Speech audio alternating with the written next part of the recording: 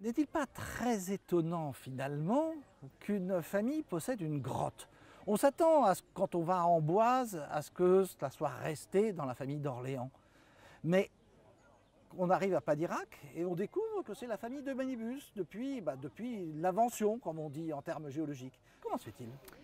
Alors l'histoire est à l'origine une histoire de roman, puisque c'est mon arrière-arrière-grand-père qui était irlandais d'origine, qui était une famille de brasseurs, la bière Beamish à Cork, qui était émigré en France et qui prend un taxi en 1890 dans Paris, enfin un fiacre en l'occurrence.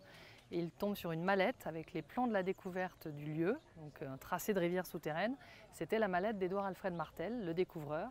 Il prend contact avec lui, il lui dit voilà, j'ai vu, de quoi s'agit-il? Martel lui explique l'histoire et mon arrière-arrière-grand-père lui dit écoutez, banco, si vous dites qu'il faut ouvrir ce lieu qui est fantastique au public et que vous avez besoin de financement, je vous suis et nous créons la société tous les deux. Et puis Robert Doisneau, des photographies inédites prises ici, dans le gouffre, il y a 65 ans.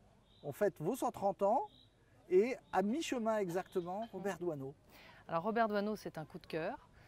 Je savais en reprenant l'entreprise que dans nos cartons d'archives, nous avions des photos de Robert Doisneau. Je pensais qu'on en avait 2 ou 3. On a pris contact avec les filles de Robert Doisneau.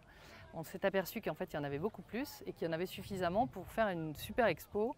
Et en plus, c'était une rencontre merveilleuse avec les filles de Robert Doisneau qui sont des femmes extrêmement ouvertes, créatives. Et avec l'aide de Laurence Fontaine, qui est la scénariste de Beaubourg, autrement appelé Centre Georges Pompidou, on a pu créer une extraordinaire exposition.